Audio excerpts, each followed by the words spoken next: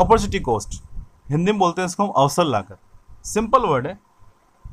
The opportunity cost of any commodity is the amount of other commodity which has been given up in order to produce that commodity, or it refers to a value of factor in its next best alternative use। और इसके क्या क्या अलग अलग name है। Opportunity cost is also called transfer cost, additional cost, substitute cost, optional cost और economic cost. ध्यान रखना एग्जाम में अलग अलग नाम से भी आ सकता है।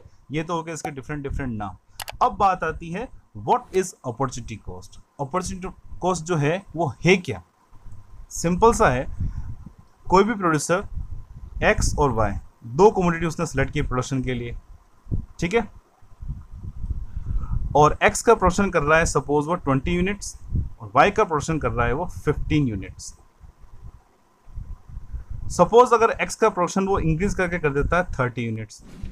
अब अगर उसने एक्स का प्रोडक्शन बढ़ाया है तो क्या किया उसने, वाई के प्रोडक्शन में जो रिसोर्सेज लगे हुए थे उनको शिफ्ट किया एक्स की तरफ, क्योंकि हमने अभी देखा है कि प्रोड्यूसर के पास रिसोर्सेज लिमिटेड होते हैं और लिमिटेड रिसोर्सेज से वो प्रोडक्शन जो है अगर वो चेंज करता है तो दोनों कम्युनिटी के प्रोडक्शन की जो अमाउंट वो भी चेंज हो जाता है।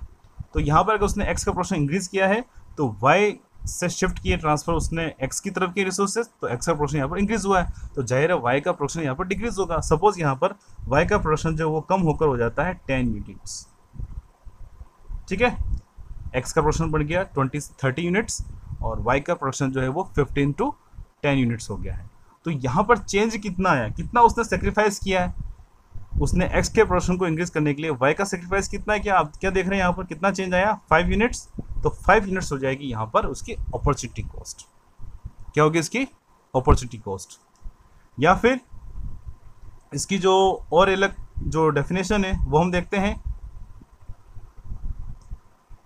इट रेफर्स टू, क्या इसकी डेफिनेशन यहाँ पर ये, it refers to a value of a factor in its next best alternative uses.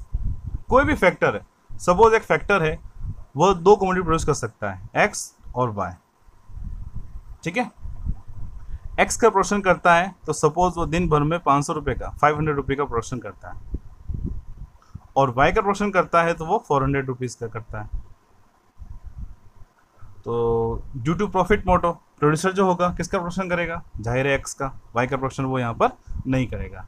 तो यहाँ पर वो एक्स का प्रोडक्शन जो कर रहा है तो उसका नेक्स्ट बेस्ट क्या था, अगर वो एक्स का प्रोडक्शन नहीं करता तो जाहिर है किसका प्रोडक्शन करता वो वाई का।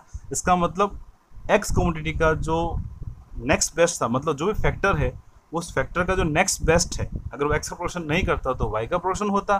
तो वाई का प्रोडक्शन यहाँ पर कितना है 400 यूनिट्स, सॉरी 400 रुपीज़।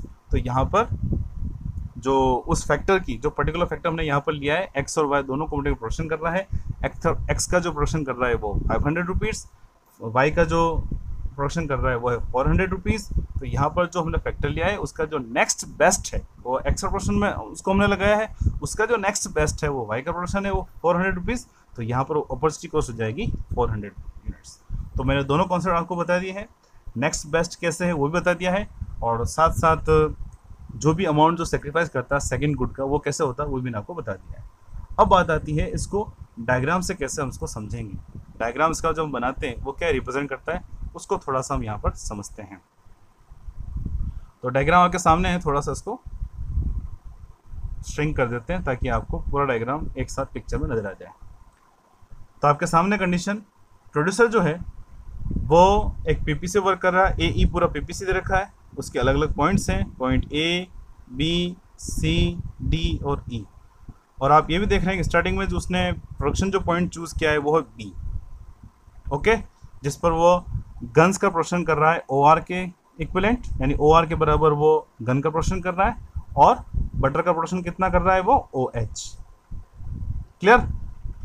अब सपोज वो प्रोड्यूसर जो है यह चाहता है कि वह बटर का प्रोडक्शन इंक्रीज करे। देख रहे हैं आप यहाँ बटर का प्रोडक्शन इंक्रीज कर रहा है किसके अकॉर्डिंग, HI के इक्विवेलेंट, HI के बराबर वो बटर का प्रोडक्शन इंक्रीज कर रहा है। तो जाहिर है उसे कुछ ना कुछ अमाउंट गन का सेक्रीफाइस करना होगा, क्योंकि रिसोर्सेज शिफ्ट करके उधर ट्रांसफर करने होंगे। तो उस कंडीशन में यहाँ पर गन का प्रोडक्शन कम हो जाएगा। आप देख रहे हैं यहाँ पर QR के अकॉर्डिंग, यानी QR के बराबर जो है उसका गन का प्रोडक्शन कम हुआ है।